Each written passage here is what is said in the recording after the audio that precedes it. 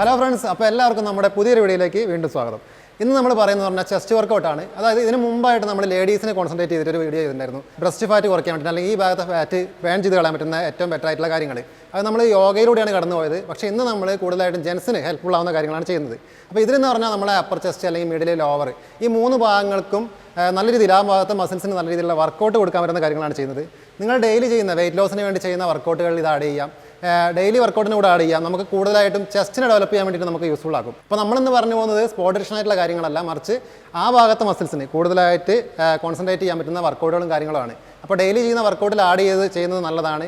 ഈ ഭാഗത്ത് കൂടുതലായി ഡെവലപ്പ് ആക്കാൻ നമുക്ക് ഹെൽപ്ഫുൾ ആവും. നോർമലി പറയുകയാണെങ്കിൽ കൂടുതൽ ഡീറ്റെയിൽസ് പറയുകയാണെങ്കിൽ നിങ്ങൾക്കറിയാം, ഒരു ഡയറ്റ് കൂടി ഫോളോ ചെയ്യുന്നത് ബെറ്റർ ആയിരിക്കും. അപ്പോൾ അതുമായിട്ട് ബന്ധപ്പെട്ട ഒരുപാട് വീഡിയോസ് നമ്മൾ ചെയ്തിട്ടുണ്ട്. നമ്മുടെ ചാനലൊന്ന് ചെക്ക് ചെയ്താൽ നിങ്ങൾക്ക് മനസ്സിലാവും. അപ്പോൾ ഇഷ്ടമായിട്ടുണ്ടെങ്കിൽ നമ്മുടെ ചാനൽ സബ്സ്ക്രൈബ് ചെയ്യുക. ഓക്കെ, നമുക്ക് ഇന്നത്തെ വർക്കൗട്ടിലേക്ക് കിടക്കാം.